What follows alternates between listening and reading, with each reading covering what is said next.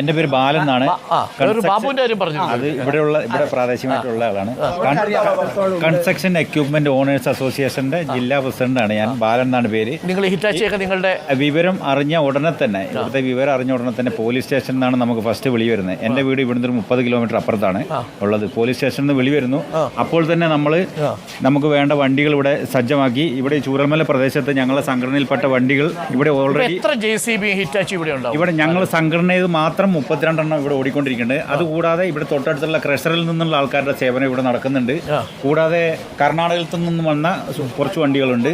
അപ്പം നമ്മളെ സംഘടനയിലെ കൺസ്ട്രക്ഷൻ എക്യുപ്മെന്റ് ഓണേഴ്സ് അസോസിയേഷന്റെ വണ്ടികളാണ് ഏറ്റവും ഇവിടെ കൂടുതലുള്ളത്. നിങ്ങൾ ചെയ്യുന്നത് വലിയൊരു കാര്യമാണ്. വിവരങ്ങൾ അറിഞ്ഞ ഉടനെ തന്നെ ഞങ്ങൾ എല്ലാവരും സജീവമായിട്ട് ഇവിടെ ഉണ്ട്. പ്രത്യേകിച്ച് ഇതിന്റെ ഒരു പ്രത്യേകത എന്താണെന്ന് വെച്ചാൽ ഞങ്ങൾ ഓപ്പറേറ്റേഴ്സ് മുഴുവൻ ഈ ദിവസം വേതനം വേണ്ട എന്ന് തീരുമാനിച്ചിരിക്കുകയാണ്. കർണാടകയിൽ നിന്നും തമിഴ്നാട്ടിൽ നിന്നുള്ള ഓപ്പറേറ്റേഴ്സാണ് അധികം. ഇവിടെയുള്ള ഓപ്പറേറ്റേഴ്സും ഇന്ധനത്തിനുള്ള ചെലവ് മാത്രം മതി. ഇന്ധനത്തിന്റെ ചെലവ് മാത്രം മതി. വണ്ടി വാടക അങ്ങനത്തെ കാര്യങ്ങളൊന്നും വേണ്ട. ഇന്ധനം മാത്രം ഒഴിച്ചു കൊടുത്താൽ മതി. ഓപ്പറേറ്റേഴ്സ് കൂലി വേണ്ട എന്ന് പറഞ്ഞിരിക്കുകയാണ്. എങ്ങനത്തെ ഒരു ഓപ്പറേറ്റർമാർ അധികവും കർണാടകയിലും തമിഴ്നാട്ടിലുള്ള ആൾക്കാരാണ്. ഒന്ന് ആലോചിച്ച് നോക്കൂലേ, ഒരർത്ഥത്തിൽ വേറൊരു പ്രത്യേകത, നമ്മളുടെ ഈ ദൗത്യത്തിൽ പങ്കെടുത്തുകൊണ്ടിരിക്കുന്ന നിരവധി മനുഷ്യരുണ്ട്. പലരും ഫ്രെയിമിൽ വന്നവരാണ്, ഫ്രെയിമിൽ വരാത്ത ചില ആൾക്കാരാണ്. ഞാനത് ആലോചിക്കുമായിരുന്നു നമ്മൾ സ്റ്റുഡിയോയിലിരുന്ന്. കാര്യം മണ്ണ് മാന്തുന്ന യന്ത്രം പ്രവർത്തിപ്പിക്കുന്ന മനുഷ്യരുണ്ടല്ലോ, അവർ ഇപ്പോൾ ശ്രീ ബാലൻ പറയുന്നത് പോലെ അവരാരും ഇക്കഴിഞ്ഞ 5 ദിവസങ്ങളിൽ ജോലിക്ക് പ്രതിഫലം വാങ്ങിയിട്ടില്ല. ഈ രക്ഷാദൗത്യം തീരുന്നത് വരെ അവർ പ്രതിഫലം വാങ്ങാൻ ഉദ്ദേശിച്ചിട്ടില്ല.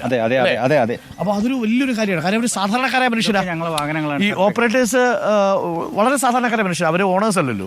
അപ്പം അവർ ഇതിന്റെ ഒരു കരുത്ത് എന്ന് പറയുന്നതേ നമ്മൾ സുദേവന്റെ വീട്ടിൽ കണ്ടതാണ്. രാവിലെ 6 മുതൽ ഉച്ചക്ക് 2 മണി വരെ 200 പേർ പണിയെടുത്തിട്ട് ഒരു സ്ലാബ് തകർക്കാൻ പറ്റിയില്ല. അവിടെയാണ് ഈ സാധനം ഒരൊറ്റ മിനിറ്റ് കൊണ്ട് ഈ സെർച്ചിങ് പൂർത്തിയാക്കുന്നത്. ഇതില്ലാതെ പറ്റില്ല. ഇവരുടെ സേവനം നമ്മൾ എടുത്ത് പറയേണ്ടത്. ഒരു 30 കിലോമീറ്റർ അപ്പുറത്താണ് എന്റെ വീടെന്ന് ഞാൻ പറഞ്ഞല്ലോ. ഞങ്ങൾ അവിടുന്ന് ചെല്ലങ്കോട് കൂട്ടായ്മ എന്ന് പറഞ്ഞിട്ട് ഞങ്ങൾ അവിടുന്ന് ഒരു 500 പേർക്കുള്ള പ്രഭാത ഭക്ഷണം രാവിലെ 5:30 മണിക്കൂർ എത്തിച്ചിട്ട് അതും ഞങ്ങളിപ്പോൾ ഇവിടെ കൊടുത്തോണ്ടിരിക്കുകയാണ്. നിങ്ങളിത് ഇപ്പൊ പോകുമ്പോൾ ഇവിടെ ഈ മുസ്ലിം പള്ളിയുടെ അവിടെ കാണാം. അത് ഞങ്ങൾ കൊടുത്തോണ്ടിരിക്കുക. 500 പേർക്ക് കൊടുത്തോണ്ടിരിക്കുകയായിരുന്നു. വളരെ വളരെ അഭിനന്ദനീയമായ 1000 പേർക്ക് രേഖപ്പെടുത്തപ്പെടേണ്ട സേവനങ്ങളാണ് കേട്ടോ. തീർച്ചയായിട്ടും.